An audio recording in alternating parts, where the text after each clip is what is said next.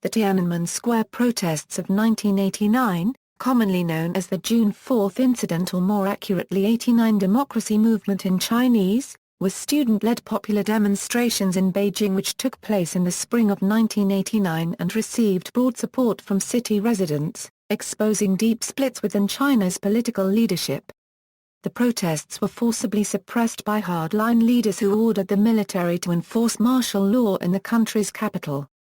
The crackdown that initiated on June 3 4 became known as the Tiananmen Square Massacre or the June 4 Massacre as troops with assault rifles and tanks inflicted casualties on unarmed civilians trying to block the military's advance towards Tiananmen Square in the heart of Beijing, which student demonstrators had occupied for 7 weeks. The Chinese government condemned the protests as a counter-revolutionary riot, and has prohibited all forms of discussion or remembrance of the event since. Due to the lack of information from China, many aspects of the events remain unknown or unconfirmed. Estimates of the death toll range from a few hundred to a few thousand. The protests were triggered in April 1989 by the death of former Communist Party General Secretary, Hu Yaobang, a liberal reformer, who was deposed after losing a power struggle with hardliners over the direction of political and economic reform. University students marched and gathered in Tiananmen Square to mourn. Who had also voiced grievances against inflation, limited career prospects, and corruption of the party elite. The protesters called for government accountability, freedom of the press, freedom of speech, and the restoration of workers' control over industry. At the height of the protests, about 1 million people assembled in the square. The government initially took a conciliatory stance toward the protesters. The student-led hunger strike galvanized support for the demonstrators around the country and the protests spread to 400 cities by mid-May. Ultimately, China's paramount leader Deng Xiaoping and other party elders resolved to use force. Party authorities declared martial law on May 20, and mobilized as many as 300,000 troops to Beijing. In the aftermath of the crackdown, the government conducted widespread arrests of protesters and their supporters, cracked down on other protests around China, expelled foreign journalists and strictly controlled coverage of the events in the domestic press. The police and internal security forces were strengthened. Officials deemed sympathetic to the protests were demoted or purged. Cao Ziyang was ousted in a party leadership reshuffle and replaced with Jiang Zemin. Political reforms were largely halted and economic reforms did not resume until Deng Xiaoping's 1992 southern tour. The Chinese government was widely condemned internationally for the use of force against the protesters. Western governments imposed economic sanctions and arms embargoes. Names, in the Chinese language, the incident is most commonly known as the June 4 incident, or colloquially as June 4. The nomenclature of the former is consistent with the customary names of the other two great protests that occurred in Tiananmen Square, the May 4 movement of 1919, and the April 5 movement of 1976. June 4 refers to the day on which the People's Liberation Army cleared Tiananmen Square of protesters, although actual operations began on the evening of June 3. Some use the June 4 designation solely to refer to the killings carried out by the army, while others use it to refer to the entire movement. Names such as June 4 Movement and 89 Democracy Movement are used to describe the event in its entirety. Outside mainland China, and among circles critical of the crackdown within mainland China, it is commonly referred to in Chinese as June 4 Massacre and June 4 Crackdown. To bypass internet censorship in China, which uniformly considers all the above-mentioned names too sensitive for search engines and public forums, alternative names have sprung up to describe the events on the Internet, such as Maya 35th, VIIV and 8 squared. The government of the People's Republic of China have used numerous names for the event since 1989, gradually reducing the intensity of terminology applied. As the events were unfolding, it was labeled a counter-revolutionary riot, which was later changed to simply riot, followed by political storm, and finally the leadership settled on the more neutralized phrase political turmoil between the spring and summer of 1989, which it uses to this day. In English, the terms Tiananmen Square Massacre, Tiananmen Square protests, or Tiananmen Square crackdown are often used to describe the series of events. However, much of the violence did not actually happen in Tiananmen, but outside the square in the city of Beijing near the Muxidi area. The term also gives a misleading impression that demonstrations only happened in Beijing, when in fact they occurred in many cities throughout China. Background: the Cultural Revolution ended with Chairman Mao Zedong's death in 1976. The movement, spearheaded by Mao, caused severe damage to the country's economic and social fabric. The country was mired in poverty as economic production slowed or stopped.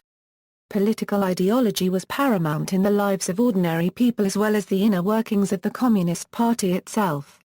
At the third plenum of the 11th Central Committee in December 1978, Deng Xiaoping emerged as China's leader. Deng launched a comprehensive program to reform the Chinese economy. Within the span of several years, the direction of the country had shifted in its entirety. The focus on ideological purity was gone, replaced by a full-on drive to achieve material prosperity. To run his reform agenda, Deng promoted his allies to top government and party posts. Hu Yaobang was appointed the General Secretary of the CPC in February 1980, and Cao Ziyang was named as Premier in September. Challenges with reform: the reforms aimed to decrease the role of the state in the economy and gradually introduced private forms of production in agriculture and industry. By 1981, 73% of rural farms had decollectivized and 80% of state-owned enterprises were permitted to retain profits. Within a few years, production increased by leaps and bounds, and poverty was reduced dramatically. While the reforms were generally well received by the public, concerns grew over a series of social problems that the changes brought about, including corruption and nepotism by elite party bureaucrats. The state-mandated pricing system, in place since the 1950s, had long kept prices stable at low levels that reduced incentives to increase production. The initial reforms created a two-tier system where some prices were fixed while others were allowed to fluctuate. In a market with chronic shortages, this allowed people with powerful connections to buy goods at low prices and sell at market prices. In addition, the money supply had expanded too fast. At least a third of factories were unprofitable. The government tightened the money supply in 1988, leaving much of the economy without loans.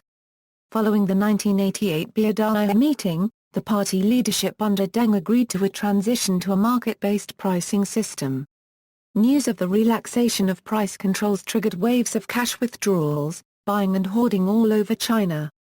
The government panicked and rescinded the price reforms in less than 2 weeks, but its impact was pronounced for a much longer period of time. Inflation soared.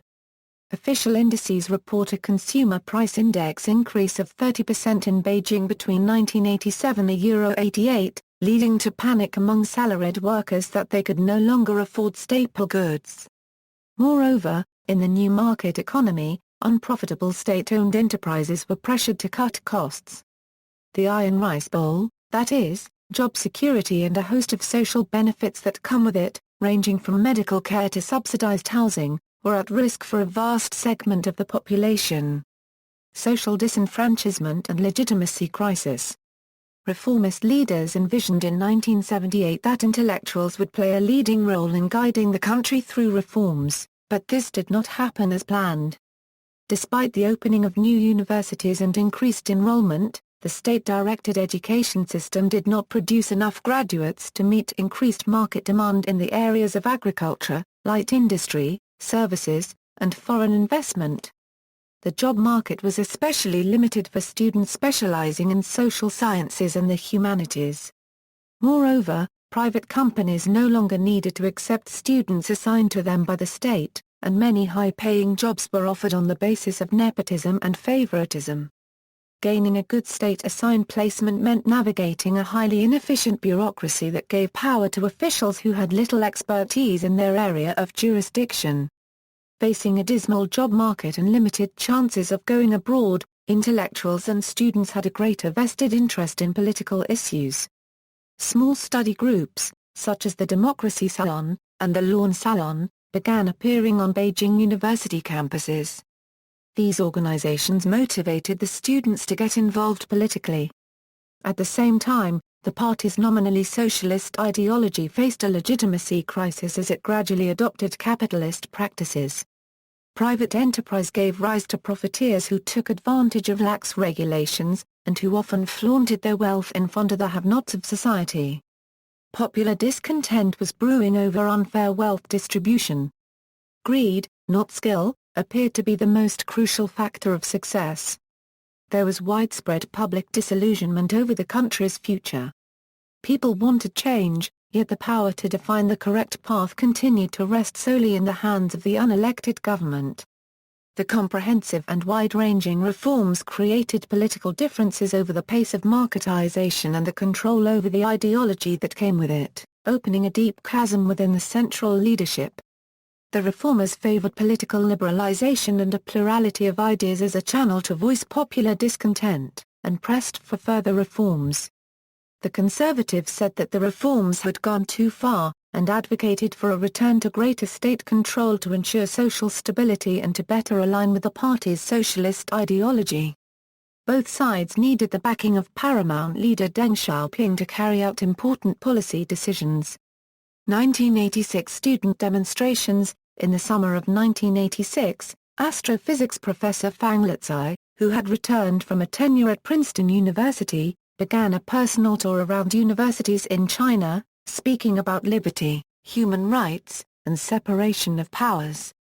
Fang was part of a wider undercurrent within the elite intellectual community that China's poverty and underdevelopment as well as the disaster of the Cultural Revolution was the direct result of an authoritarian political system and the rigid planned economy that came with it. The view that political reform was the only answer to China's ongoing problems gained widespread appeal amongst students, as Fang's recorded speeches became widely circulated all over the country. In response, Deng Xiaoping warned that Fang was blindly worshipping Western lifestyles, capitalism, and multi-party systems, while undermining China's socialist ideology, traditional values, and the party's leadership. Inspired by Fang and other people power movements around the world, in December 1986, student demonstrators staged protests against the slow pace of reform. The issues were wide-ranging, and included demands for economic liberalization, democracy, and rule of law. While the protests were initially contained in Hefei, where Fang lived, it quickly spread to Shanghai, Beijing and other major cities. The central leadership was alarmed by the protests, and accused the students of fomenting Cultural Revolution-style turmoil. General Secretary Hu Yaobang was blamed for taking a soft attitude and mishandling the protests, thus undermining social stability. He was denounced thoroughly by conservatives. Hu was forced to resign as General Secretary on January 16, 1987. Following his resignation, the party began the anti-bourgeois liberalization campaign, taking aim at Hu, political liberalization, and Western-inspired ideas in general. The campaign put a stop to student protests and tightened the political environment, but Hu remained popular with progressives within the party, intellectuals, and students.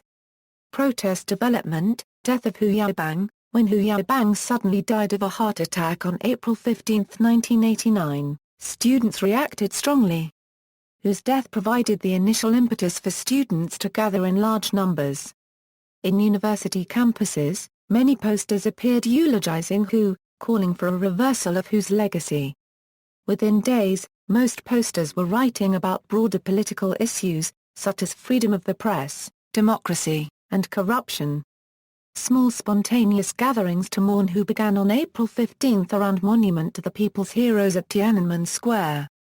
On the same day, many students at Peking University and Tsinghua University erected shrines, and joined the gathering in Tiananmen Square in a piecemeal fashion.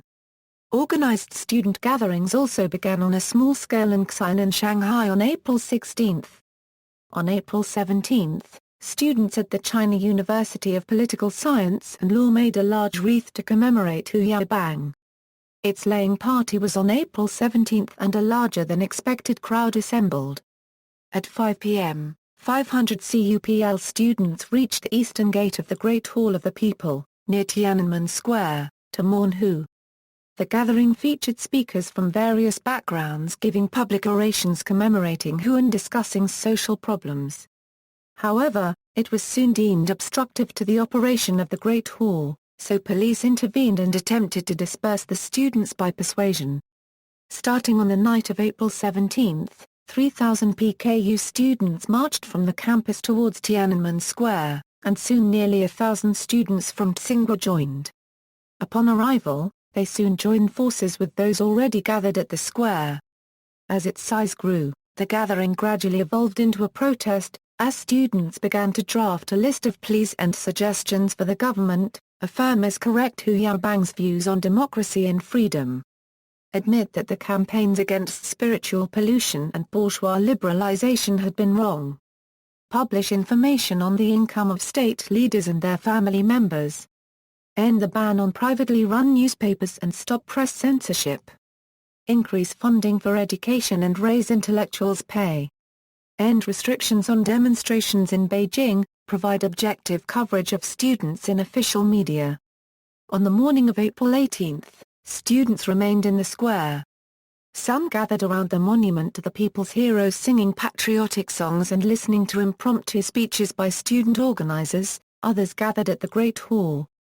Meanwhile, a few thousand students gathered at Xinhua Gate, the entrance to Tiananmen, the seat of the party leadership, where they demanded dialogue with the leadership. Police restrained the students from entering the compound. Students then staged a sit-in. On April 20, most students had been persuaded to leave Xinhua Gate. To disperse about 200 students that remained, police employed batons. Minor clashes were reported.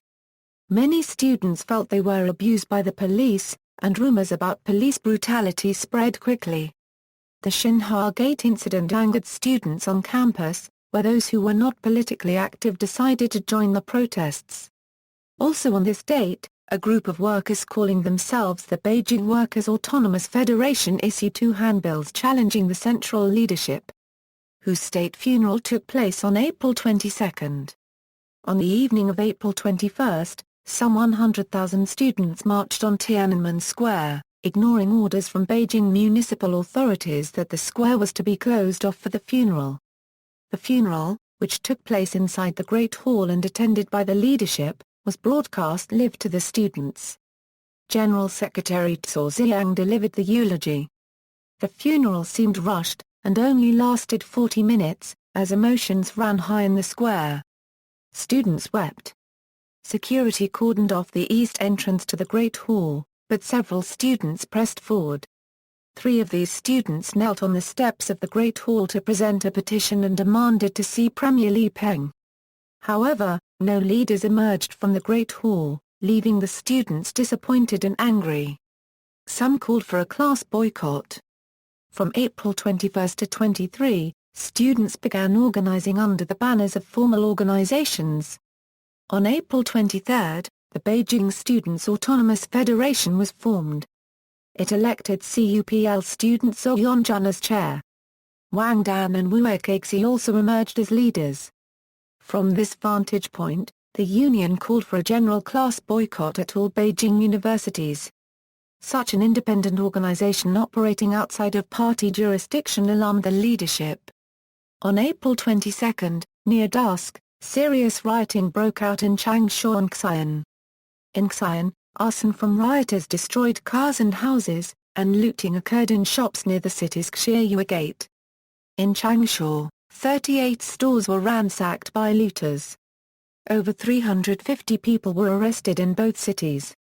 In Wuhan, university students organized protests against the provincial government. As the situation became more volatile nationally, Cao Ziyang called numerous meetings of the Politburo Standing Committee. Cao stressed 3 points: discourage students from further protests and ask them to go back to class, use all measures necessary to combat rioting, and open forms of dialogue with students at different levels of government. Premier Li Peng called upon Cao to condemn protesters and recognize the need to take more serious action. Cao dismissed Li's views. Despite calls for him to remain in Beijing, Cao left for a scheduled state visit to North Korea on April 23. Turning point, April 26 editorial. Tsaw's departure to North Korea left Li Peng as the acting executive authority in Beijing. On April 24, Li Peng and the PSC met with Beijing Party Secretary Li Ximing and Mayor Chen Xiaotong to gauge the situation at the square. The municipal officials wanted a quick resolution to the crisis, and framed the protests as a conspiracy to overthrow China's political system and major party leaders, including Deng Xiaoping. In Tsaw's absence, the PSC agreed that firm action against protesters must be taken. On the morning of April 25, President Yang Shangkun and Premier Li Peng met with Deng at the latter's residence. Deng endorsed a hardline stance and said inappropriate warning must be disseminated via mass media to curb further demonstrations. The meeting firmly established the first official evaluation of the protests from the leadership, and highlighted Deng's having final say on important issues. Li Peng subsequently ordered Deng's views to be drafted as a communique and issued to all high-level Communist Party officials in an effort to mobilize the party apparatus against protesters. On April 26, the party's official newspaper People's Daily issued a front-page editorial titled "It is necessary to take a clear-cut stand against disturbances." The language in the editorial effectively branded the student movement to be an anti-party, anti-government revolt. The article enraged students, who interpreted it as a direct indictment on the protests and its cause. The editorial backfired. Instead of scaring students into submission, it squarely antagonized the students against the government.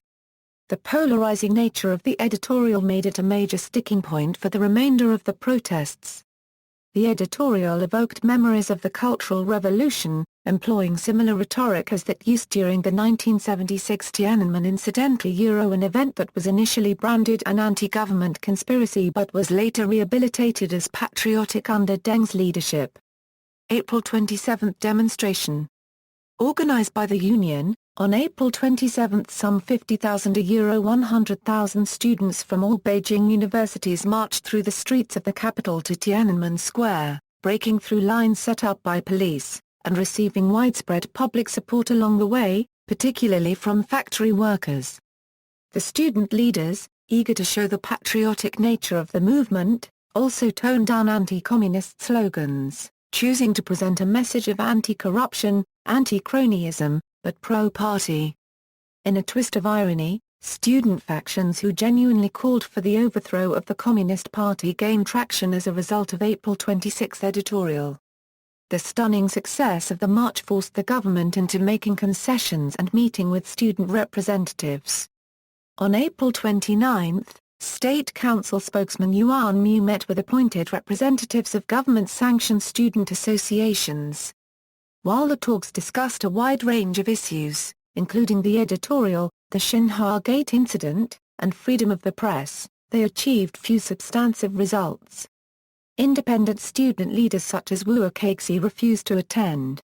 The government's tone grew increasingly conciliatory as Zhou Ziyang returned from Pyongyang on April 30 and resumed his executive authority. In Zhou's view, the hardliner approach was not working, and concession was the only alternative. Zhou asked that the press be open to report the movement positively, and delivered two sympathetic speeches on May 4. In the speeches, Zhou said that the students' concerns about corruption were legitimate, and that the student movement was patriotic in nature. The speeches essentially negated the message presented by April 26 editorial. While some 100,000 students marched on the streets of Beijing on May 4 to commemorate the May 4 movement and repeat demands from earlier marches, many students were satisfied with the government's concessions. On May 4, all Beijing universities except PKU and BNU announced the end of the class boycott. Subsequently, the majority of students began to lose interest in the movement. Protests escalate, preparing for dialogue. The leadership was divided on how to respond to the movement as early as mid-April. After Zhou Ziyang's return from North Korea, the divisions intensified. Those who supported continued dialogue and a soft approach with students rallied behind Zhou Ziyang, while hardliner conservatives who opposed the movement rallied behind Premier Li Peng. Zhou and Li clashed at a PSC meeting on May 1. Li maintained that the need for stability overrides all else, while Tsao said that the party should show support for increased democracy and transparency. Tsao pushed the case for further dialogue. In preparation for dialogue, the Autonomous Student Union elected representatives to a formal dialogue delegation. However, the union leaders were reluctant to let the delegation unilaterally take control of the movement. Facing internal discord and declining engagement from the student body at large, a group of charismatic leaders, including Wang Dan and Wu Keixi, called for more radical measures to regain momentum. They believed that the government's dialogue was merely a way to trick the students into submission. They began mobilizing students for a hunger strike on May 11. Hunger strikes begin. Students began the hunger strike on May 13, 2 days prior to the highly publicized state visit by Soviet leader Mikhail Gorbachev. Knowing that the welcoming ceremony for Gorbachev was scheduled to be held on the square, student leaders wanted to use the hunger strike there as a bargaining chip to force the government into meeting their demands. Moreover, the hunger strike gained widespread sympathy from the population at large and earned the student movement the moral high ground that it sought. By the afternoon of May 13, some 300,000 were gathered at the square. Inspired by the course of events in Beijing, protests and strikes began at universities and other cities, with many students traveling to Beijing to join the demonstration. Generally, the demonstration at Tiananmen Square was well ordered, with daily marches of students from various Beijing area colleges displaying their solidarity with the class boycott and with the demands of the protest. The students sang the Internationale, the World Socialist Anthem, on their way to, and within, the square. Afraid that the movement would now spin out of control, Deng Xiaoping asked that the square be cleared for the Gorbachev visit. Executing Deng's request, Tsao used a soft approach, and directed his subordinates to coordinate negotiations with students immediately. Tsao believed he could appeal to the students' patriotism, and that the students understood signs of internal turmoil during the Sino-Soviet summit would embarrass the nation. On the morning of May 13, Yan Mingfu, head of the party's United Front, called an emergency meeting, gathering prominent student leaders and intellectuals, including Liu Xiaobo, Chen Ziming and Wang Juntai. Yan said the government was prepared to hold immediate dialogue with student representatives, but that the Tiananmen welcoming ceremony for Gorbachev would be cancelled whether the students withdraw or not, in effect removing the bargaining power the students thought they possessed. The announcement sent the student leadership into disarray. Gorbachev visit. Press restrictions were loosened significantly during early to mid-May. State media began broadcasting footage sympathetic to protesters and the movement, including the hunger strikers. On May 14, intellectuals led by Dai Qing gained permission from Hu Cli to bypass government censorship and air the progressive views of the nation's intellectuals on Guangming Daily. The intellectuals then issued an urgent appeal for the students to leave the square in an attempt to de-escalate the conflict. Many students, however, believed that the intellectuals were speaking for the government, and refused to budge. That evening, formal negotiations took place between government representatives led by Yan Mingfu and student representatives led by Shen Tong and Xian Xioji. Yan affirmed the patriotic nature of the student movement and pleaded for the students to withdraw from the square. While Yan's apparent sincerity for compromise satisfied some students, the meeting grew increasingly chaotic as competing student factions relayed uncoordinated and incoherent demands to the leadership. Shortly after student leaders learned that the event had not been broadcast nationally as initially promised by the government, the meeting fell apart. Yan then personally went to the square to appeal to the students, even offering himself to be held hostage. Yan also took the students' pleas to Li Peng the next day, asking Li to consider formally retracting the April 26 editorial and rebranding the movement as patriotic and democratic. Li refused. The students remained in the square during the Gorbachev visit. His welcoming ceremony was held at the airport. The Sino-Soviet summit, the first of its kind in some 30 years, marked the normalization of Sino-Soviet relations, and was seen as a breakthrough of tremendous historical significance for China's leaders. that the smooth proceedings of this event had been derailed by the student movement embarrassed the leadership on the global stage, and drove many moderates in government onto a more hardliner path. The summit between Deng and Gorbachev took place at the Great Hall of the People amidst the backdrop of commotion and protest in the square. When Gorbachev met with Tsar on May 16, Tsar told the Soviet leader, and by extension the international press, that Deng was still the paramount authority in China. Deng felt that this remark was Tsar's attempt to shift blame for mishandling the movement to him. The statement marked a decisive split between the country's two most senior leaders. Gathering momentum, the hunger strike galvanized support for the students and aroused sympathy across the country. Around 1 million Beijing residents from all walks of life demonstrated in solidarity on May 18. These included PLA personnel, police officers, and lower party officials. Many grassroots party and youth league organizations, as well as government-sponsored labor unions, encouraged their membership to demonstrate. In addition, several of China's non-communist parties sent a letter to Li Peng in support of students. The Chinese Red Cross issued a special notice and sent in a large number of personnel to provide medical services to the hunger strikers on the square. After the departure of Mikhail Gorbachev, many foreign journalists remained in the Chinese capital to cover the protests, giving the movement international spotlight. Western governments urged Beijing to exercise restraint. The movement, on the wane at the end of April, now regained significant momentum. By May 17, as students from across the country poured into the capital to join the movement, protests of varying sizes were occurring in some 400 Chinese cities. Students demonstrated at provincial party headquarters in Fujian, Hubei, and Xinjiang. Without a clearly articulated official position from the Beijing leadership, local authorities did not know how to respond. Since the demonstrations now incorporated a wide array of social groups, each carrying its own set of grievances, it became increasingly unclear with whom the government should negotiate, and what exactly the demands were. The government, continuing to be split on how to deal with the movement, saw its authority and legitimacy gradually erode as the hunger strikers took the limelight and gained widespread sympathy. These combined circumstances put immense pressure on the authorities to act, and martial law was discussed as a viable response. Since the situation seemed intractable, the weight of taking decisive action fell on paramount leader Deng Xiaoping. On May 17, a PSC meeting was called at Deng's residence. At the meeting, Cao Ziyang's concessions-based strategy was thoroughly criticized.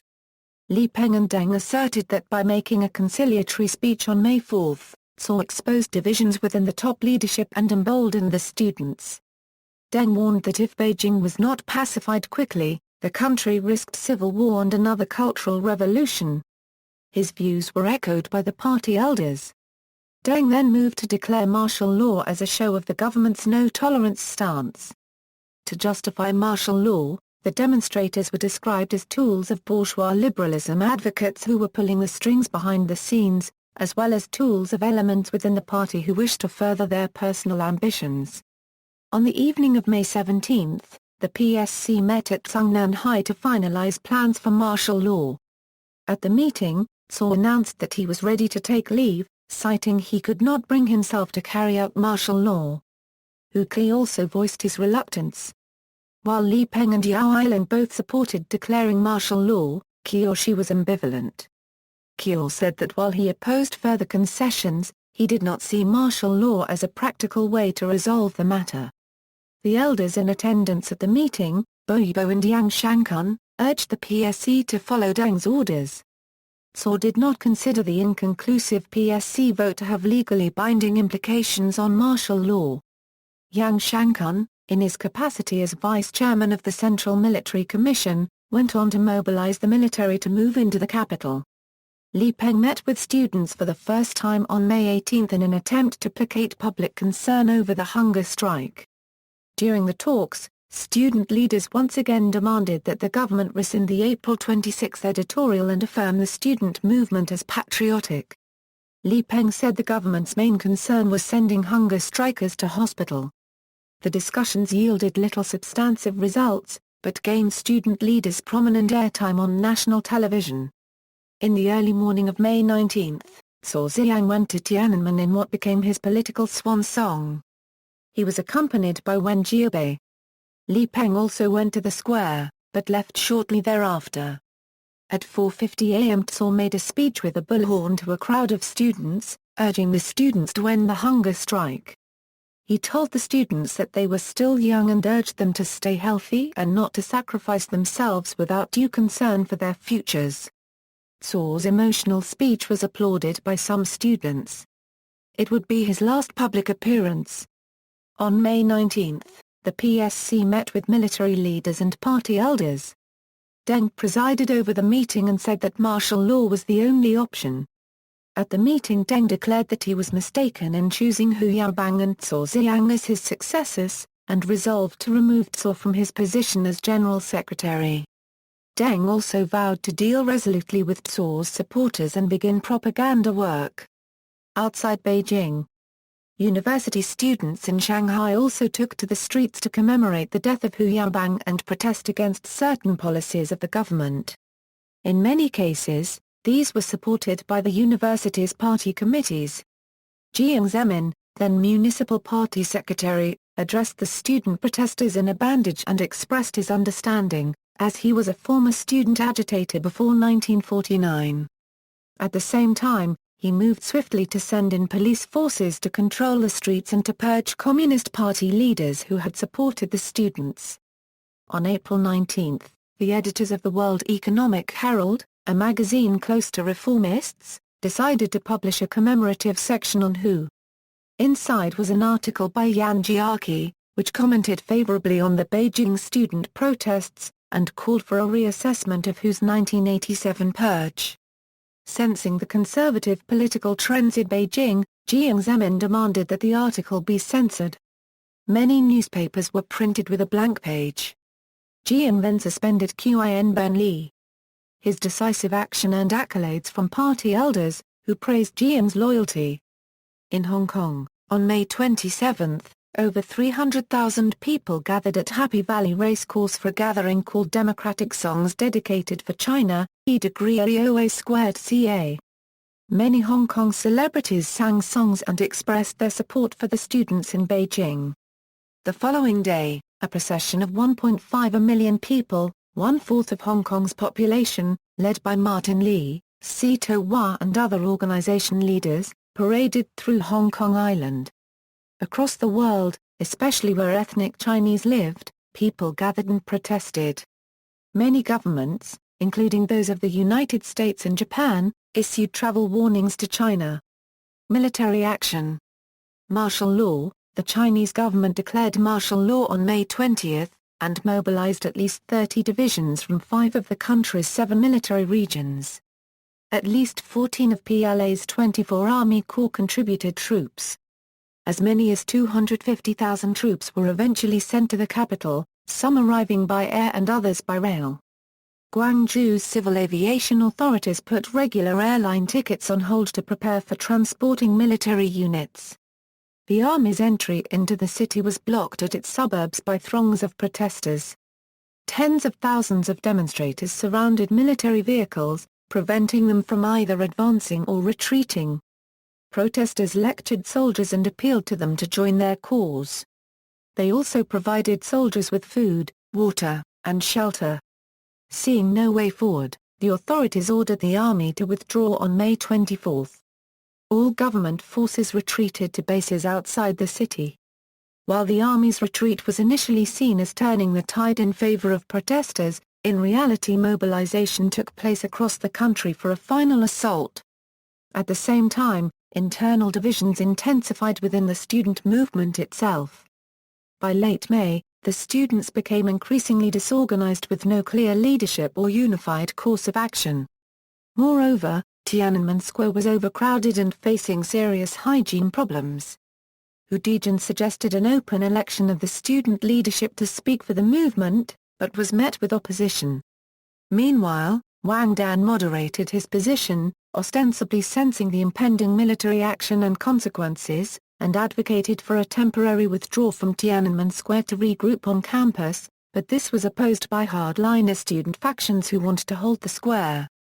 The increasing internal friction would lead to struggles for control of the loudspeakers in the middle of the square in a series of mini-coups. Whoever controlled the loudspeakers was in charge of the movement. Some students would wait at the train station to greet arrivals of students from other parts of the country in an attempt to enlist factional support. Student groups began accusing each other of ulterior motives such as collusion with the government and attempting to gain personal fame from the movement. Some students even attempted to oust Chai Ling and Feng Congda from their leadership positions in an attempted kidnapping, an action Chai called a well-organized and premeditated plot. June 1 3. On June 1, Li Peng issued a report titled On the True Nature of the Turmoil, which was circulated to every member of the Politburo. The report aimed to persuade the Politburo of the necessity and legality of clearing Tiananmen Square by referring to the protesters as terrorists and counter-revolutionaries. The report stated that turmoil was continuing to grow, the students had no plans to leave, and they were gaining popular support.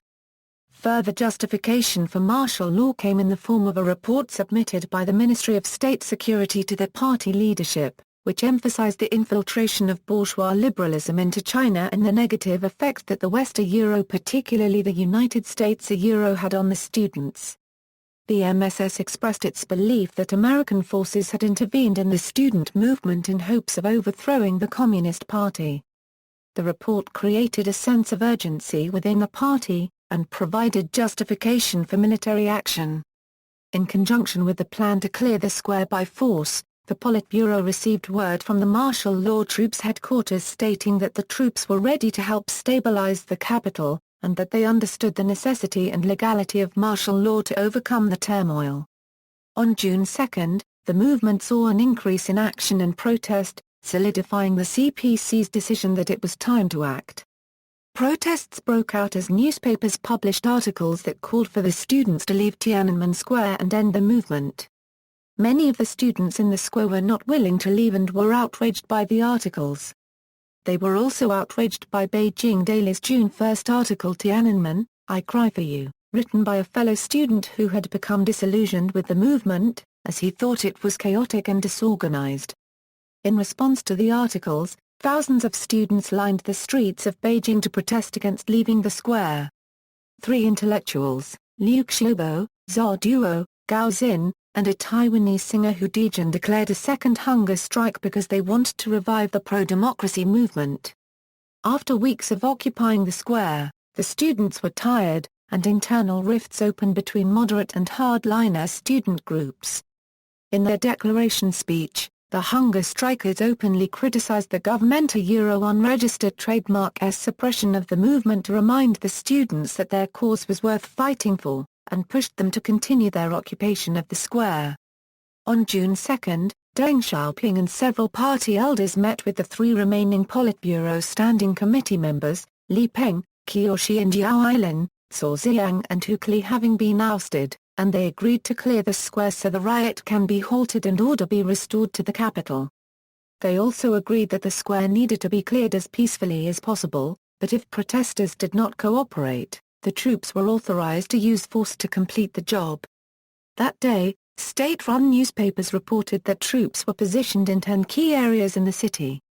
Units of the 27th, 65th and the 24th Armies were secretly moved into the Great Hall of the People on the west side of the square and the Ministry of Public Security compound east of the square. On the evening of June 2, reports that an army trencher ran into 4 civilians, killing 3 sparked fear that the army and the police were trying to advance into Tiananmen Square. Student leaders issued emergency orders to set up roadblocks at major intersections to prevent the entry of troops into the center of the city. On the morning of June 3, students and residents discovered troops dressed in plain clothes trying to smuggle weapons into the city. The students seized and handed the weapons to Beijing police. The students protested outside the Xinhua Gate of the Zhongnanhai leadership compound and the police fired tear gas. Unarmed troops emerged from the Great Hall of the People and were quickly met with crowds of protesters. Scores were hurt in the scuffle. Eventually both sides sat down and sang songs, and then the troops retreated back into the hall. At 4:30 p.m. on June 3, the three Politburo Standing Committee members met with military leaders, Beijing Party Secretary Li Ximing, Mayor Chen Xiting, and State Council Secretariat Luo Gan, and finalized the order for the enforcement of martial law. The operation to quell the counter-revolutionary riot was to begin at 9 p.m. Military units should converge on the square by 1 a.m. on June 4 and the square must be cleared by 6 a.m. No delays would be tolerated. No person may impede the advance of the troops enforcing martial law. The troops may act in self-defense and use any means to clear impediments. State media will broadcast warnings to citizens. The order did not explicitly contain a shoot-to-kill directive, but permission to use any means was understood by some units as authorization to use lethal force. That evening, the leaders monitored the operation from the Great Hall of the People and Sungnan High. June 3 4, clearing the square. On the evening of June 3, state-run television warned residents to stay indoors, but crowds of people took to the streets, as they had 2 weeks before, to block the incoming army. PLA units advanced on Beijing from every direction. The 38th, 63rd and 28th Armies from the west, the 15th Airborne Corps, 20th, 26th and 54th Armies from the south, the 39th Army and the 1st Armored Division from the east, and the 40th and 64th Armies from the north. At about 10 p.m., the 38th Army opened fire on protesters at the Wukezhong intersection on Chang Avenue, about 10 km west of Square. The crowds were stunned that the army was using live ammunition and reacted by hurling insults and projectiles. Song Xianming, a 32-year-old aerospace technician, killed at Wukezhong, was the first confirmed fatality of the night. The troops used expanding bullets, which expand upon entering the body and create larger wounds. At about 10:30 p.m., the advance of the army was briefly halted at Muxidi, about 5 km west of the square, where articulated trolley buses were placed across a bridge and set on fire. Crowds of residents from nearby apartment blocks tried to surround the military convoy and halt its advance. The 38th Army again opened fire, inflicting heavy casualties. According to the tabulation of victims by Tiananmen mothers, 36 people died at Muxidi, including Wang Weiping, a doctor tending to the wounded. Several were killed in the apartments of high-ranking party officials overlooking the boulevard. Soldiers raked the apartment buildings with gunfire, and some people inside or on their balconies were shot. The 38th Army also used armored personnel carriers to ram through the buses. They continued to fight off demonstrators, who hastily erected barricades and tried to form human chains. As the army advanced, fatalities were recorded all along Chang Avenue, at Nanlishilu, Fuxingmen, Zidan, Liuwika and Tiananmen. Among those killed was Duan Changlong, a Tsinghua University graduate student, who was shot in the chest as he tried to negotiate with soldiers at Zidan. To the south, paratroopers of the 15th Airborne Corps also used live ammunition, and civilians' deaths were recorded at Hufangrai, Tsushiko, Tianqiai, and Klanman. The killings infuriated city residents, some of whom attacked soldiers with sticks, rocks and Molotov cocktails, setting fire to military vehicles. The Chinese government and its supporters have attempted to argue that the troops acted in self-defense and seized upon troop casualties to justify the use of force. There were reports and pictures of soldiers being burned alive on the street and others were lynched or beaten to death. The lethal attacks on troops occurred after the military had opened fire at 10 p.m. on June 3 and the number of military fatalities caused by protesters is relatively fewer 7, according to Wu Renhua's study, compared to hundreds of civilian deaths. There were numerous instances of students and residents protecting soldiers from the angry mob as well as military units refusing to carry out orders against civilians. At 8:30 p.m., Army helicopters appeared above the square and students called for campuses to send reinforcements. At 10 p.m., the founding ceremony of the Tiananmen Democracy University was held as scheduled at the base of the Goddess of Democracy. At 10:16 p.m., the loudspeakers controlled by the government warned that troops may take any measures to enforce martial law. By 10:30 p.m., news of bloodshed to the west and south of the city began trickling into the square. often told by witnesses drenched in blood. At midnight, the student's loudspeaker announced news that a student had been killed on West Chang Avenue, near the military museum, and a somber mood settled on the square. Li Lu, the deputy commander of the student headquarters, urged students to remain united in defending the square through non-violent means. At 12:30 a.m., Wu Kexi fainted after learning that a female student at Beijing Normal University, who had left campus with him earlier in the evening, had just been killed. Wu Kexi was taken away by ambulance. By then, there was still 70,000 80,000 people in the square. At about 12:15 a.m., illumination rounds lit up the sky and the first armored personnel vehicle appeared on the square from the west. At 12:30 a.m., 2 more APCs arrived from the south. The students threw chunks of cement at the vehicles. One APC stalled, perhaps by metal poles jammed into its wheels, and the demonstrators covered it with gasoline-doused blankets and set it on fire. The intense heat forced out the 3 occupants, who were swarmed by demonstrators. The APCs had reportedly run over tents and many in the crowd wanted to beat the soldiers. But students formed a protective cordon and escorted the 3 men to the medic station by the History Museum on the east side of the square. Pressure mounted on the student leadership to abandon non-violence and retaliate against the killings. At one point, Chai Ling picked up the megaphone and called on fellow students to prepare to defend themselves against the shameless government. But she and Li Lu agreed to adhere to peaceful means and had the students' sticks, rocks and glass bottles confiscated. At about 1:30 a.m., the vanguard of the 38th Army and paratroopers from the 15th Airborne Corps arrived at the north and south ends of the square, respectively. They began to seal off the square from reinforcements of students and residents, killing more demonstrators who were attempting to enter the square. Meanwhile, the 27th and 65th Armies poured out of the Great Hall of the People to the west and the 24th Army emerged from behind the History Museum to the east. The remaining students, numbering several thousand, were completely surrounded at the Monument of the People's Heroes in the center of the square. At 2 a.m., the troops fired shots over the heads of the students at the monument. The students broadcast pleadings back toward the troops, "We entreat you in peace, for democracy and freedom of the motherland, for strength and prosperity of the Chinese nation, please comply with the will of the people and refrain from using force against peaceful student demonstrators." At about 2:30 a.m., several workers near the monument emerged with a machine gun they had captured from the troops and vowed to take revenge. They were persuaded to give up the weapon by Hu Dejun. The workers also handed over an assault rifle without ammunition, which Liu Xiaobo smashed against the marble railings of the monument. Shou Jiang, a student who had witnessed the killings at Muxidi, pleaded with the older intellectuals to retreat, saying too many lives had been lost.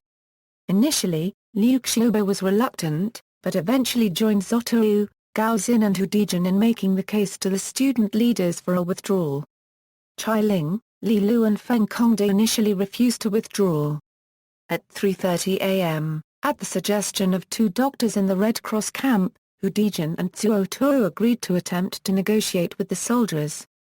They rode in an ambulance to the northeast corner of the square and spoke with Ji Xingguo, the political commissar of the 38th Army's 336th Regiment, who relayed the request to command headquarters, which agreed to grant safe passage for the students to the southeast. The commissar told Hu, "It would be a tremendous accomplishment, if you can persuade the students to leave the square." At 4 a.m., the lights on the square suddenly turned off, and the government's loudspeaker announced, "Clearance of the square begins now. We agree with the students' request to clear the square." The students sang the Internationale and braced for a last stand. Hu returned and informed student leaders of his agreement with the troops. At 4:30 a.m., the lights relit and the troops began to advance on the monument from all sides. At about 4:32 a.m., Hu Dejun took the students' loudspeaker and recounted his meeting with the military. Many students, who learned of the talks for the first time, reacted angrily and accused him of cowardice. The soldiers initially stopped about 10 meters from the students.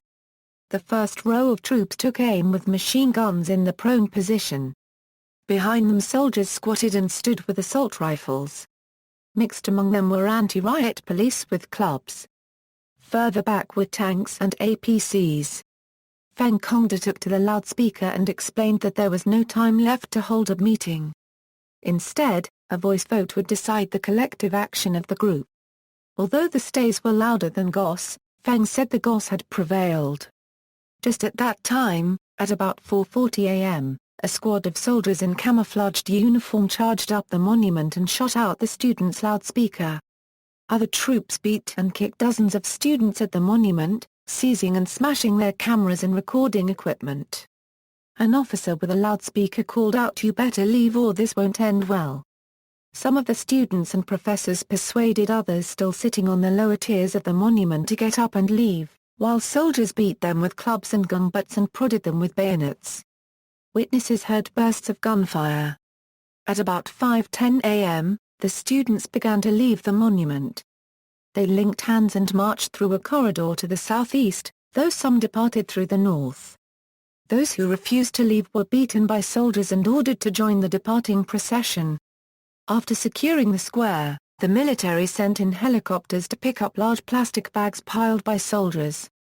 Just past 6:00 a.m. on June 4, as a convoy of students who had vacated the square were walking westward in the bicycle lane along Chang Avenue back to campus, 3 tanks pursued them from the square, firing tear gas, and one drove through the crowd, killing 11 students, injuring scores.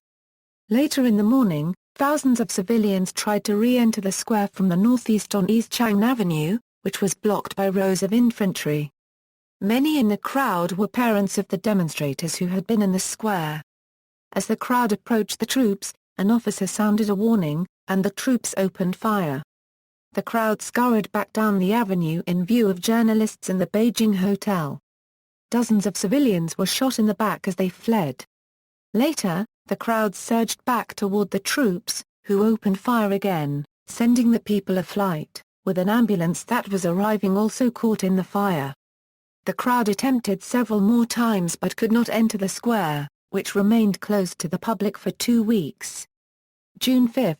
On June 5, suppression of the protest was immortalized in Western media by the famous video footage and photographs of a lone man standing in front of a column of tanks driving out of Tiananmen Square.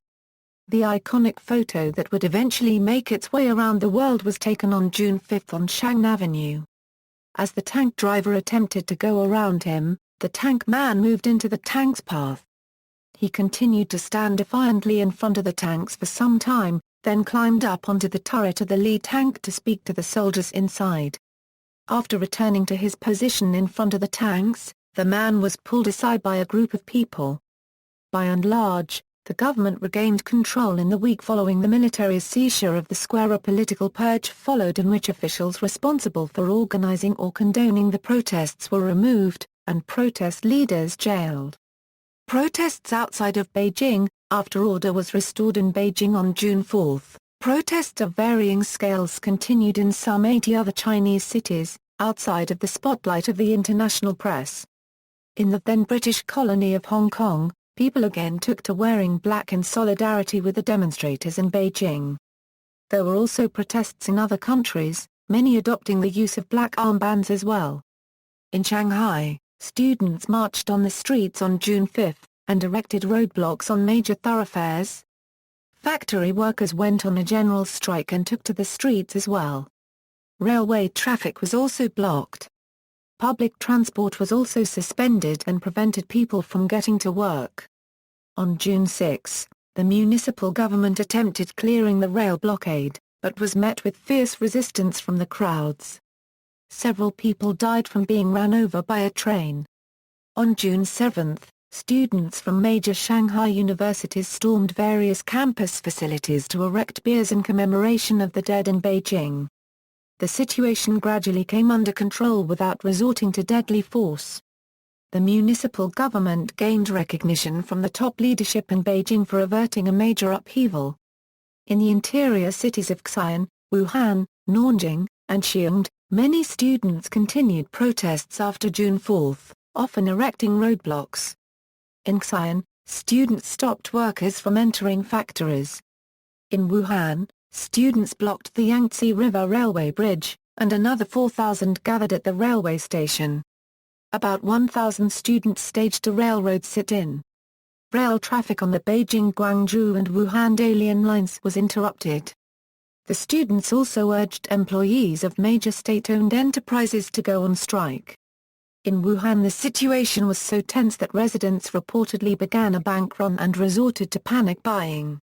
Similar scenes unfolded in Nanjing. On June 7, hundreds of students staged a blockade at the Nanjing Yangtze River Bridge as well as the Tiananmen Railway Bridge.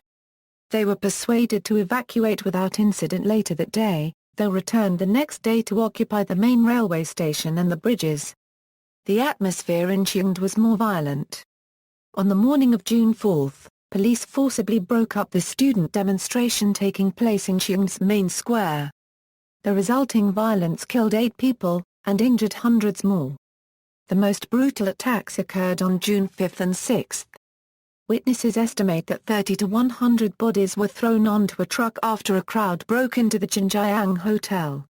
According to Amnesty International, at least 300 people were killed in Xiongde on June 5. Troops in Xiongde used concussion grenades, truncheons, knives and electric cattle prods against civilians.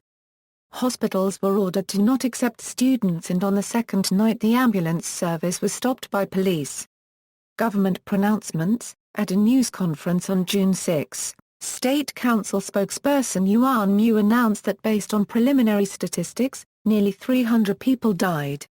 Including soldiers, 23 students, bad elements who deserve this because of their crimes, and people who were killed by mistake. The wounded, he said, included 5,000 police officers and soldiers, and over 2,000 civilians, including the handful of lawless ruffians and the onlooking masses who do understand the situation. Military spokesperson Zhang Gong stated that no one was killed in Tiananmen Square and no one was run over by tanks in the square. Deng addresses the army. On June 9, Deng Xiaoping, appearing in public for the first time since the protests began, delivered a speech praising the martyrs. Deng stated that the goal of the movement was to overthrow the party and the state. Their goal is to establish a totally Western-dependent bourgeois republic, Deng said of the protesters. Deng argued that protesters had complained about corruption to cover their real motive, which was to replace the socialist system. He said that the entire imperialist Western world plans to make all socialist countries discard the socialist road and then bring them under the monopoly of international capital and onto the capitalist road. Death toll. The civilians killed in the city of Beijing, according to the city police, included university professors, technical people, officials, workers, owners of small private enterprises, retired workers, high school students and grade school students, of whom the youngest was 9 years old. The number of deaths and the extent of bloodshed in the square itself have been in dispute since the events. As the Chinese authorities actively suppress discussion of the events as well as research of the subject, it is difficult to verify exact figures. As a result, large discrepancies exist among various casualty estimates. Official figures of the dead range from 200 to 300. At the State Council press conference on June 6, spokesman Yuan Mu said that preliminary tallies by the government showed that about 300 civilians and soldiers died, including 23 students from universities in Beijing, along with a number of people he described as ruffians.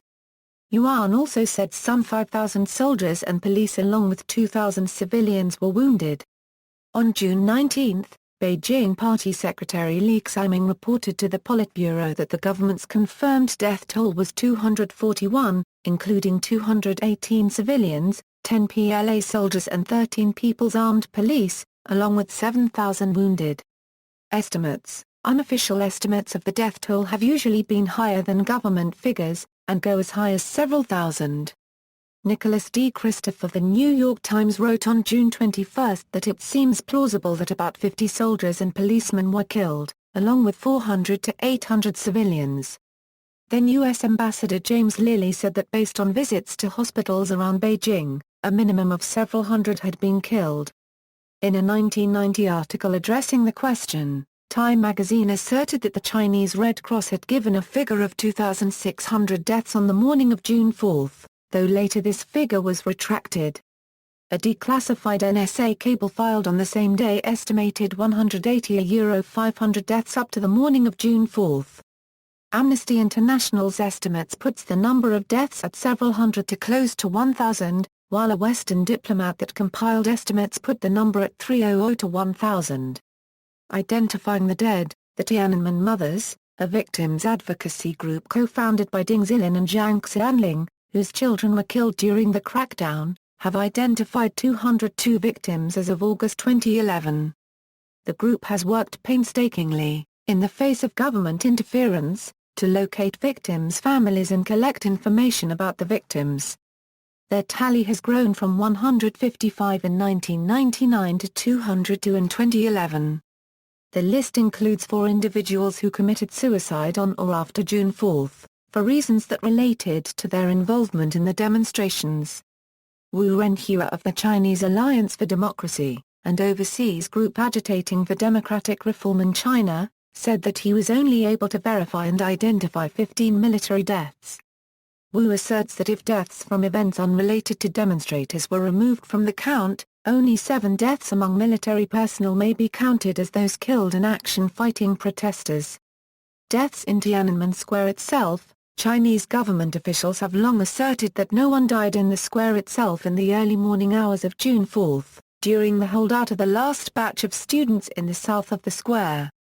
Initially foreign media reports of a massacre on the square were prevalent, though subsequently journalists have acknowledged that most of the deaths occurred outside of the square in western Beijing. Several people who were situated around the square that night, including Jay Matthews, former Beijing bureau chief of the Washington Post, and Richard Roth, CBS correspondent, reported that while they had heard sporadic gunfire, they could not find enough evidence to suggest that a massacre took place on the square itself. Records by the Tiananmen Mothers suggest that the 3 students died in the square the night of the army's push into the square. Democracy activist Wu Renhua asserted that the government's discussion of the issue was a red herring intended to absolve itself of responsibility and showcase its benevolence. Wu said that it was irrelevant whether the massacre occurred inside or outside of the square itself, as it was still a reprehensible massacre of unarmed civilians. Aftermath, arrests and punishment. The authorities carried out mass arrests. Many workers were summarily tried and executed. In contrast, the students many of whom came from relatively affluent backgrounds and were well connected received much lighter sentences. Wang Dan, the student leader who topped the most wanted list, spent 7 years in prison. Many of the students and university staff implicated were permanently politically stigmatized, some never to be employed again. Some student leaders such as Chai Ling and Wu Keixi were able to escape to the United States, the United Kingdom, France, and other Western nations under Operation Yellowbird that was organized from Hong Kong, a British territory at the time. Smaller protest actions continued in other cities for a few days. Some university staff and students who had witnessed the killings in Beijing organized or spurred commemorative events upon their return to school.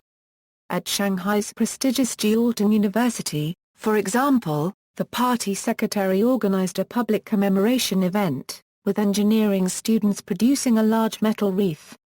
According to the Duihui Foundation, citing a provincial government, 1,602 individuals were imprisoned for protest-related activities in the spring of 1989.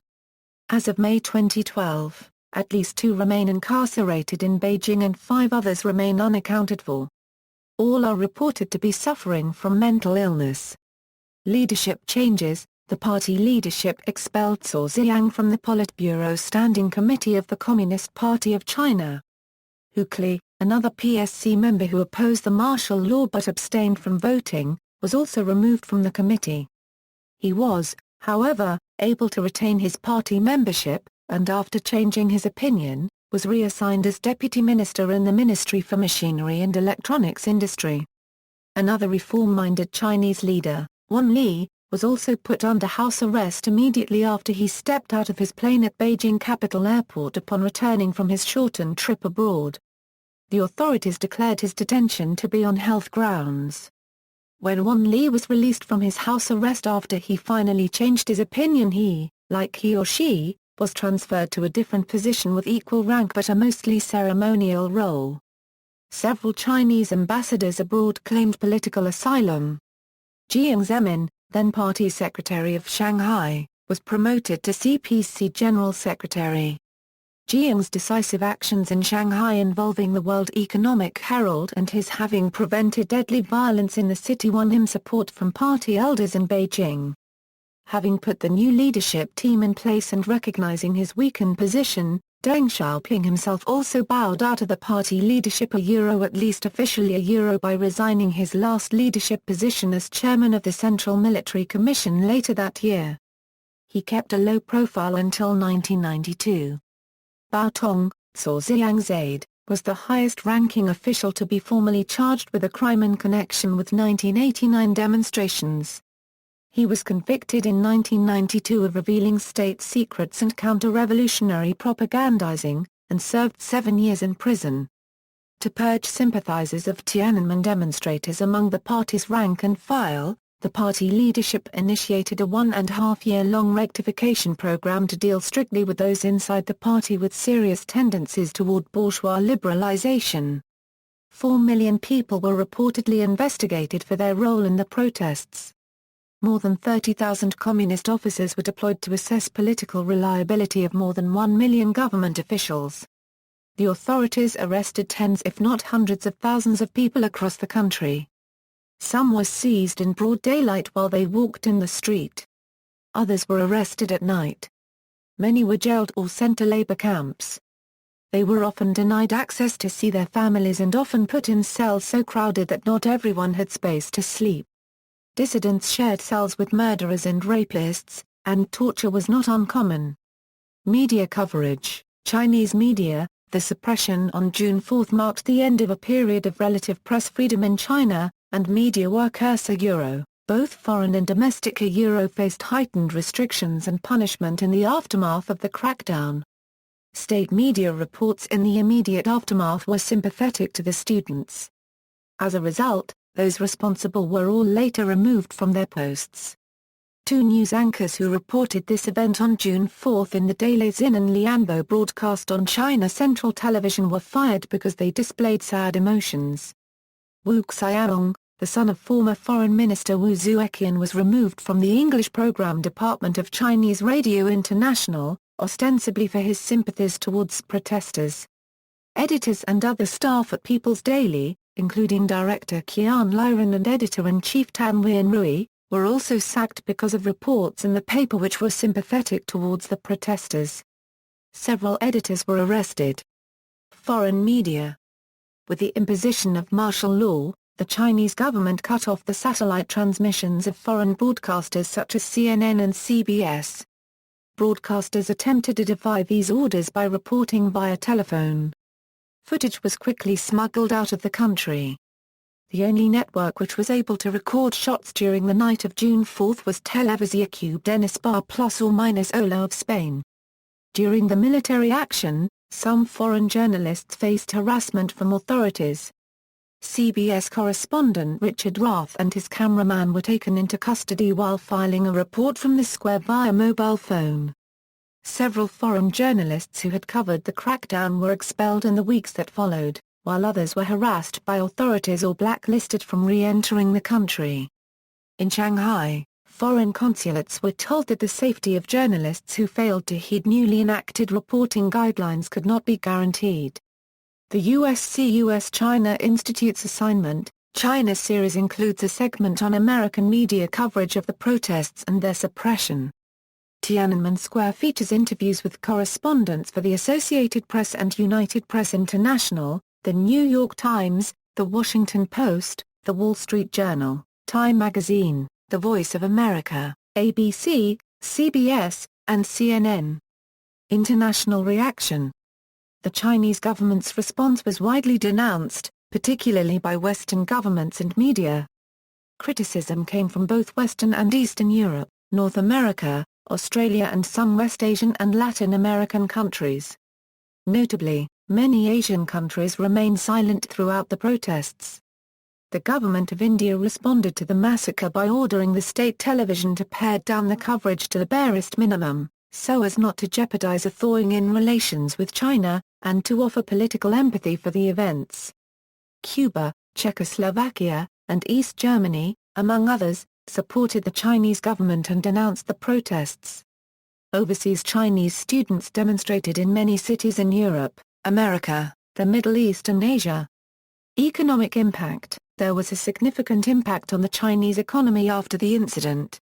Foreign loans to China were suspended by the World Bank, Asian Development Bank, and foreign governments. Tourism revenue decreased from $2.2 billion to $1.8 billion. Foreign direct investment commitments were cancelled and there was a rise in defense spending from 8.6% in 1986 to 15.5% in 1990, reversing a previous 10-year decline. Chinese Premier Li Peng visited the United Nations Security Council on January 31, 1992, and argued that the economic and arms embargoes on China were a violation of national sovereignty. Legacy. Student leaders. Among the student leaders, Wang Dan and Cao Chang'ing were arrested. As a lesser figure in the demonstrations, Cao was released after 6 months in prison. However, he was once again incarcerated for continuing to petition for political reform in China. Wang Dan was sent to prison, then allowed to emigrate to the United States in 1998 on the grounds of medical parole. He eventually received a Ph.D. from Harvard University and went on to teach modern Chinese history at National Tsinghua University in Hsinchu, Taiwan. Wu Kexi fled to Taiwan and has since become a political commentator on Taiwanese national radio. Chai Ling fled to France, and then went on to the United States to study at Princeton and Harvard. She then founded an IT startup company and a non-profit organization called All Girls Aloud, which addresses issues such as women's rights and female infanticide in China. Li Lu became an investment banker on Wall Street and worked for various hedge funds and venture capital. Chen Ziming and Wang Juntai were arrested in late 1989 for their involvement in the 1989 Tiananmen Square protests. Chinese authorities alleged they were the Black Hands behind the movement. Both Chen and Wang rejected the allegations made against them. They were put on trial in 1990 and sentenced to 13 years in prison. Domestic political developments. The protests led to a strengthened role for the state. In its aftermath, many of the freedoms introduced during the 1980s were rescinded, as the party returned to a conventional Leninist mold and re-established firm control over the press, publishing, and mass media. The protests were also a blow to the separation of powers model established by the 1982 Constitution and by convention, whereby the president was a symbolic position, and the real centers of power of the General Secretary of the Communist Party, the Premier of the State Council and the Chairman of the Central Military Commission were intended to be different people, to prevent the excesses of Mao-style personal rule. However, when President Yang Shangkun asserted his reserve powers with his post of Vice Chairman of the Central Military Commission and openly split with General Secretary Cao Ziyang over the use of force to side with Premier Li Peng and Central Military Commission Chairman Deng Xiaoping, official policy became inconsistent and incoherent, significantly impeding the exercise of power. Following the protests, to avoid another open split within the leadership, the roles of General Secretary, President, and Central Military Commission Chairman were all consolidated into the same person. In 1989, neither the Chinese military nor the Beijing police had sufficient anti-riot gear, such as rubber bullets and tear gas. After the Tiananmen Square protests, riot police in Chinese cities were equipped with non-lethal equipment for riot control. The protests led to increased spending on internal security and expanded the role of the People's Armed Police in suppressing urban protests. The aftermath of the protests saw the resurgence of conservative attitudes towards reform among policymakers, intended to slow the rapid changes that were said to have contributed to the causes of the protest. Deng Xiaoping, the architect of the reform policy, saw his influence significantly reduced following the protests, forcing him into making concessions with socialist hardliners. In dismissing Cao Ziyang, who shared Deng's vision for economic reform but disagreed with him over politics. Deng had lost the foremost champion of his own economic vision. Facing pressure from the conservative camp, Deng distanced himself from the affairs of state. This slow pace of reform was met with stiff resistance from provincial governors and broke down completely in the early 1990s as a result of the dissolution of the Soviet Union and Deng's Southern Tour of 1992, designed by the ailing but influential leader as a means to reinstate his economic reform agenda. On the tour, Deng criticized the leftist hardliners that had gained power following the protests, and praised entrepreneurship and other market-driven policies. Initially ignored by Beijing, the Chinese Politburo eventually sided with Deng and economic reforms again gained prominence. Hong Kong. In Hong Kong, the Tiananmen Square protests led to fears that the PRC would renege on its commitments under one country, two systems following the impending handover in 1997.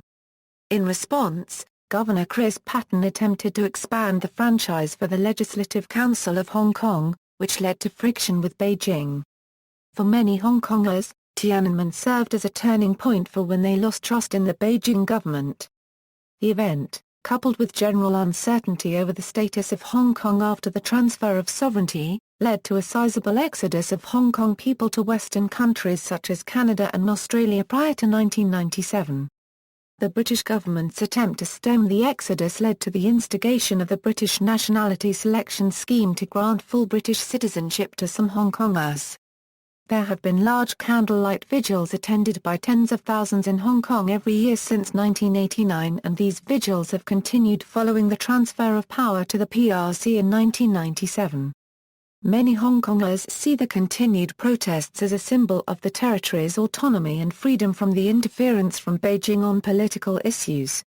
The June 4 Museum operated in various temporary premises until opening a permanent location in Tsim Sha Tsui, Kowloon in 2014. Impact on China's national image. The Chinese government drew widespread condemnation for its suppression of the protests. In its immediate aftermath, China seemed well on its way to becoming a pariah state, increasingly isolated on the international stage. This was a significant setback for the leadership, who has courted international investment for much of the 1980s as the country emerged from the chaos of the Cultural Revolution. Deng Xiaoping and the core leadership, however, vowed to continue economic liberalization policies after 1989. From there on, China would work domestically as well as internationally to reshape its national image from that of a repressive regime to a benign global economic and military partner. Domestic trends. During the early 1990s, officials such as Yang Shankun, Li Peng and others sought to return to a planned economy. Deng Xiaoping largely stayed out of politics until his groundbreaking 1992 Southern Tour, which was intended to reinstate policies of economic liberalization. Along with the liberalization came the loosening of state control in many areas of daily life. Privately run print media flourished. Private newspapers increased from 250 in the 1980s to over 7,000 by 2003. Provincially run satellite TV stations sprung up all over the country and challenged the market share of state-run CCTV. The leadership also stepped away from promoting communism as an all-encompassing belief system. State-approved religious organizations increased their membership significantly, as traditional beliefs suppressed during the Mao era also reappeared. This state-sanctioned plurality also created the environment for unsanctioned forms of spirituality and worship to grow. In order to reduce the need for controversial methods of state control, while Protestants, Buddhists, and Taoists were largely left alone, the state often employed these approved denominations to fight against cults such as Falun Gong, playing sects off each other. As the party departed from the orthodox communism it was founded upon, much of its attention was focused on the cultivation of nationalism as an alternative ideology. This policy largely succeeded in tying the party's legitimacy to China's national pride, turning public opinions in its favor. This is perhaps most prominently seen in May 1999, when NATO bombed the Chinese embassy in Belgrade.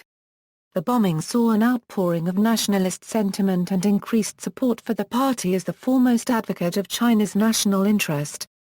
International perception, facing global condemnation for their handling of the protests in 1989, China has endeavored to demonstrate its willingness to participate in international economic and defense institutions in order to secure investment for continued economic reforms. Before the end of 1991, China normalized ties with the Russian government's newly elected president, Boris Yeltsin. The PRC also welcomed Taiwanese business as a replacement for Western investment. Further, China expedited negotiations with the World Trade Organization as well as established relations with Indonesia, Israel, South Korea, and others in 1992. Regarding defense alignments, the government signed the Non-Proliferation Treaty in 1992, the Convention on Chemical Weapons in 1993, and the Comprehensive Test Ban Treaty in 1996. Whereas China had been a member of just 30 international organizations in 1986, this membership increased to over 50 by 1997. Finally, while China was a net recipient of aid throughout the 1980s, its growing economic and military role transformed it into a provider of aid, with $100 million given to Thailand in 1997 alone. Furthermore, the government has successfully promoted China as an attractive destination for investment by emphasizing the country's skilled workers, comparatively lower wages, established infrastructure, and sizable consumer base. Increased foreign investment in the country led many world leaders to believe that by constructively engaging China in the global marketplace, political reforms would inevitably follow. At the same time, the explosion of commercial interest in the country opened the way for multinational corporations to turn a blind eye to politics and human rights in favor of doing business. Since then, Western leaders who were previously critical of China have generally paid lip service to the legacy of Tiananmen, but the substance of bilateral relationships focus on business and trade interests. In Hong Kong, the events of Tiananmen in 1989 perhaps to a greater degree than anywhere else outside of mainland China have become permanently etched in the public consciousness. The events continue to have a strong impact on perceptions of China, its government, attitudes towards democracy, and the extent to which Hong Kongers should identify as Chinese. The events of June 4 are seen as emblematic of the Chinese brand of authoritarianism and is prominently discussed in Hong Kong's political circles, often in relation to democratic reform in Hong Kong and the territory's relationship with Beijing.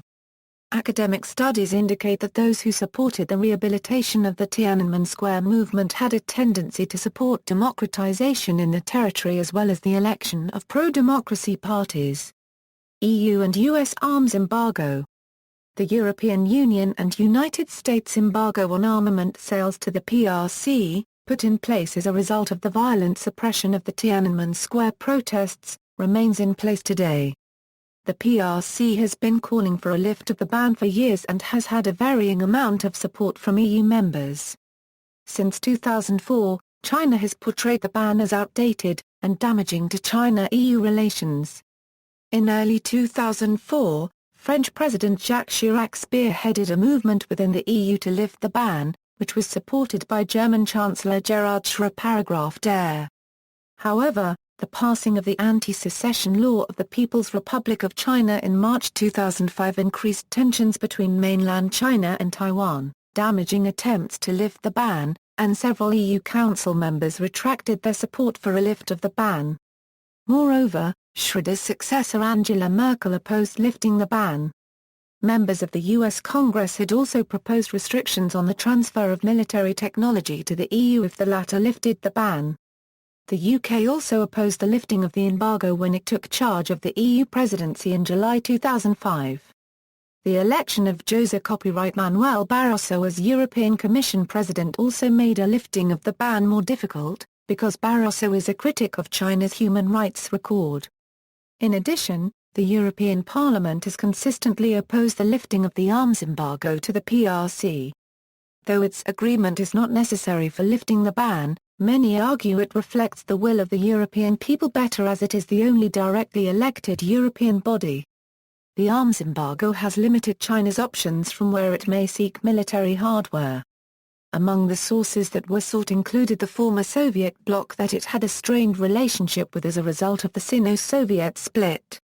Other willing suppliers have previously included Israel and South Africa, but American pressure has restricted this cooperation. Remembrance, censorship in China. The Communist Party of China forbids discussion of the Tiananmen Square protests, and has taken measures to block or censor related information. Textbooks have little, if any, information related to the protests. Following the protests, officials banned controversial films and books, and shut down a large number of newspapers. Within a year, 12% of all newspapers, 8% of publishing companies, 13% of social science periodicals and more than 150 films were banned or shut down. In addition, the government also announced it had seized 32 million contraband books and 2.4 million video and audio cassettes. Access to media and Internet resources on the subject are restricted or blocked by censors. Banned literature and films include Summer Palace, Forbidden City, collection of June 4 poems, The Critical Moment, Li Pang Diaries, and any writings of Cao Ziyang or his aide Bao Tong, including Cao's memoirs. However, contraband and Internet copies of these publications can be found. The party's official stance towards the incident is that the use of force was necessary in order to control a political disturbance and that it ensured the stability necessary for economic prosperity. Chinese leaders, including former presidents Jiang Zemin and Hu Jintao, reiterate this line when asked about the question by foreign press. Public memory of the Tiananmen Square protests has been suppressed by the authorities since 1989. Print media containing reference to the protests must be consistent with the government-unregistered trademark S version of events. Presently, many Chinese citizens are reluctant to speak about the protests due to potential repercussions. Many young people born after 1980 are completely unfamiliar with the events and are apathetic about politics, while older intellectuals no longer aspire for political change and instead focus on economic issues. Youth in China are generally unaware of the events that took place, the symbols such as Tank Man, or even the date June 4 itself. While public discussion of the events have become somewhat of a social taboo, private discussions continue to take place despite frequent interference and harassment from the authorities. Nobel Peace Prize laureate Liu Xiaobo remained in China to speak out about Tiananmen in the 1990s despite offers of asylum. He faced constant surveillance. Zhang Xianling and Ding Zilin, mothers of victims who lost their lives in 1989, founded the Tiananmen Mothers Organization and were particularly outspoken on the humanitarian aspects of the subject.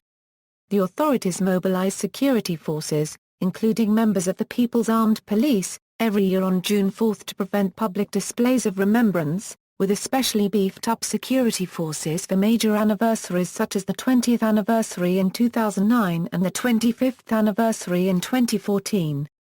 Journalists were frequently denied entry to the square on anniversaries. In addition, the authorities are known to have detained foreign journalists and increased surveillance on prominent human rights activists during this time of year. Internet searches of June 4 or Tiananmen Square return censored results or cuts the server connection temporarily. Specific web pages with select keywords are censored, while other websites, such as those of overseas Chinese democracy movements, are blocked wholesale. The censorship, however, has been inconsistent with many sites being blocked, unblocked, and re-blocked over the years, including YouTube, Wikipedia, and FLICKR. In addition, the policy is much more stringent with Chinese-language sites than foreign-language ones. Social media censorship is more stringent during anniversaries.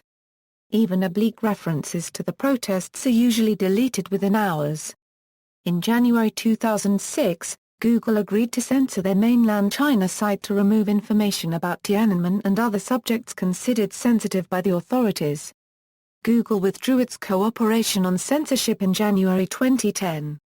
Calls to reverse the verdict. Over the years, some Chinese citizens have called for a reassessment of the protests and compensation from the government to victims' families. One group in particular, Tiananmen Mothers, seeks compensation, vindication for victims and the right to receive donations from within the mainland and abroad. Zhang Shijun, a former soldier who was involved in the military crackdown, had published an open letter to President Hu Jintao seeking to have the government re-evaluate its position on the protests. He was subsequently arrested and taken from his home.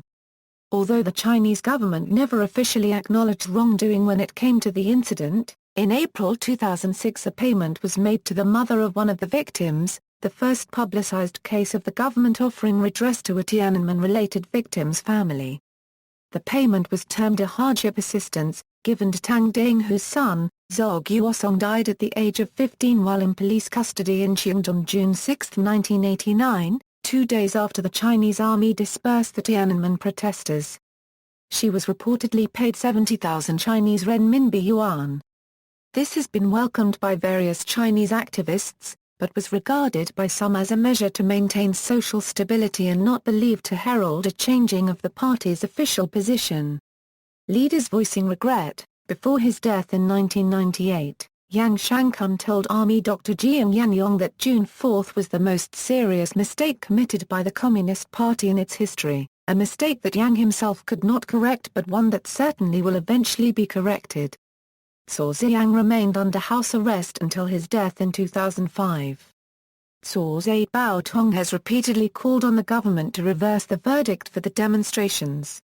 Chen Xiting, the mayor of Beijing, who read the martial law order and was later disgraced by a political scandal, expressed regret for the death of innocent civilians in 2012, a year before his death. Premier Wen Jiabei reportedly suggested reversing the government's position on Tiananmen in party meetings prior to his departure from politics in 2013, only to be rebuffed by his colleagues. United Nations report, the Committee Against Torture met for its 41st session from November 3, 21, 2008 to consider reports submitted by member states under Article 19 of the Convention. The committee found that China's response to the 1989 democracy movement was worrying. The committee was concerned that despite the multiple requests by relatives of people killed, arrested or disappeared on or following the June 4, 1989 Beijing suppression, there was a lack of investigations into these matters. It was also concerned with the failure of the Chinese government to inform families of the fate of relatives involved, and it regretted that those responsible for the use of excessive force have not faced any sanction, administrative or criminal. The committee recommended that the state party should conduct a full and impartial investigation into the suppression of the democracy movement in Beijing in June 1989, provide information on the persons who are still detained from that period, inform the family members of their findings, offer apologies and reparation as appropriate and prosecute those found responsible for excessive use of force, torture and other ill treatment. In December 2009 the Chinese government responded to the committee's recommendations. It stated that the government had closed the case concerning the political turmoil in the spring and summer of 1989. It also stated that the practice of the past 20 years has made it clear that the timely and decisive measures taken by the Chinese government at the time were necessary and correct. It claimed that the labeling of the incident as the democracy movement is a distortion of the nature of the incident. According to the Chinese government, these observations were inconsistent with the committee's responsibilities. Documentaries. In 1995, Richard Gordon and Karma Hinton produced The Gate of Heavenly Peace, an award-winning 3-hour documentary film about the Tiananmen Square protests. The film contains interviews with Liu Xiaobo, Wang Dan, Wu Keixi, Han Dongfang, Ding Zilin, Chai Ling, Dai Qing, Feng Congda, and Hu Dijin. A primetime special hosted by Tom Brokaw honored both the Tiananmen Square pro-democracy demonstrations in Beijing and the fall of the Berlin Wall in that momentous year for human rights around the world, 1989. In April 2006, the PBS series Frontline produced an episode titled The Tank Man, which examined his role in the 1989 Tiananmen Square protests and the change that has overtaken the PRC economically and politically since. On June 3, 2009 the BBC aired the documentary Kate Addy Returns to Tiananmen, in which reporter Kate Addy revisits China and recalls the events she witnessed in 1989. Cultural references. Political. In May 1998, an Indonesian general threatened a Tiananmen Square massacre in Jakarta to suppress student-led demonstrations against President Suharto.